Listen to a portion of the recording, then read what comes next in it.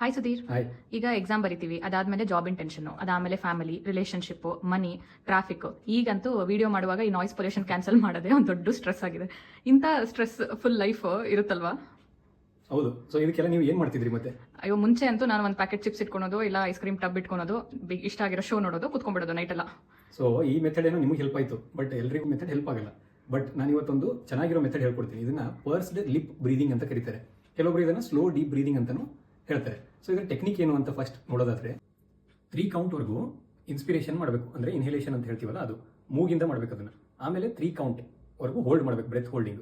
ಅದಾದ್ಮೇಲೆ 6 to 9 counts ವರೆಗೂ ಎಕ್ಸಲೇಷನ್ ಮಾಡಬೇಕು, ಅದು ಬಾಯಿನ ಸ್ವಲ್ಪ ಸ್ಲೈಟ್ಲಿ ಓಪನ್ ಇಟ್ಕೊಂಡು ಎಕ್ಸೇಲ್ ಮಾಡಬೇಕು. ಅದಕ್ಕೆ ಸೊ ಈ ಟೆಕ್ನಿಕ್ನ ನಾವು ಮಿನಿಮಮ್ 5 to 10 ಮಿನಿಟ್ಸ್ ಮಾಡಬೇಕು ಅಂತ ಹೇಳ್ತೀವಿ. ಅದರಿಂದ ಎವ್ರಿ ಬ್ರೆತ್ ಅಲ್ಲಿ ಸ್ಟ್ರೆಸ್ ರಿಲೀವ್ ಆಗುತ್ತೆ. ಇದ್ರದ್ದು ಏನೇನು ಬೆನಿಫಿಟ್ ಇದೆ ಅಂತ ನೋಡೋದಾದ್ರೆ, ಆಕ್ಸಿಜನ್ ಲೆವೆಲ್ ಬ್ಲಡ್ ಅಲ್ಲಿ ಇಂಪ್ರೂವ್ ಆಗುತ್ತೆ. ಸೊ ಅದು ಚೆನ್ನಾಗಿ ಎಲ್ಲ ಆರ್ಗನ್ಸಿಗೂ ಸಪ್ಲೈ ಆಗುತ್ತೆ ಒಂದು. ಅದಾದ್ಮೇಲೆ ಮಸಲ್ ಅಲ್ಲಿರೋ ಟೆನ್ಷನ್ಸ್ ಕಮ್ಮಿ ಆಗುತ್ತೆ. ಅದು ಬಿಟ್ಟರೆ ಹಾರ್ಟ್ ರೇಟು, BP ಇವಕ್ಕೆಲ್ಲದಕ್ಕೂ ಹೆಲ್ಪ್ ಆಗುತ್ತೆ ಕಂಟ್ರೋಲ್ ಮಾಡೋದ್ರಲ್ಲಿ. ಜೊತೆಗೇನೆ ಸ್ಟ್ರೆಸ್ಸು, ಪೇನು, ಆಮೇಲೆ ಆಂಗ್ಸೈಟಿ, ಎಕ್ಸಾಮ್ದೆಲ್ಲ ಹೇಳಿದ್ರಲ್ಲ ನೀವು. ಸೊ ಅಂಥ ಟೈಮಲ್ಲಿ ಕೂಡ TV ನೋಡೋದು, ಆಮೇಲೆ ಚಿಪ್ಸ್ ತಿನ್ನೋದು, ಅವೆಲ್ಲ ಟೆಕ್ನಿಕ್ಸ್ ನಿಮ್ದೇನು ಹೇಳಿದ್ರಲ್ಲ, ಅದರಿಂದ ಉಲ್ಟಾ ಒಬೇಸಿಟಿ, ಆಮೇಲೆ ಎಷ್ಟೊಂದು ಹೆಲ್ತ್ ಹಜಾರ್ಡ್ಸ್ ಆಗೋ ಚಾನ್ಸಸ್ ಇರುತ್ತೆ. ಇದಕ್ಕಂತಾನೆ ನೋಡಿ, ದೇವರು ಹೊರಗಡೆ ಒಂದು ಎನ್ವೈರ್ಮೆಂಟಲ್ ಇರೋ ಎಲ್ಲ ಟ್ರೀಸ್ ಇರುತ್ತಲ್ಲ, ಸೊ ಅದು ಚೆನ್ನಾಗಿರೋ ಆಕ್ಸಿಜನ್ ಕೊಡುತ್ತೆ. ಹಂಗೇನೆ ಹ್ಯೂಮನ್ ಬಾಡಿಯಲ್ಲಿ ಲಂಗ್ಸ್ ಅನ್ನೋ ಟ್ರೀಸ್ ಇರುತ್ತೆ. ಸೊ ಆ ಟ್ರೀಸ್ ಯೂಸ್ ಮಾಡ್ಕೊಂಡ್ರೆ ಸ್ಟ್ರೆಸ್ ರಿಲೀಫ್ ಆಗುತ್ತೆ.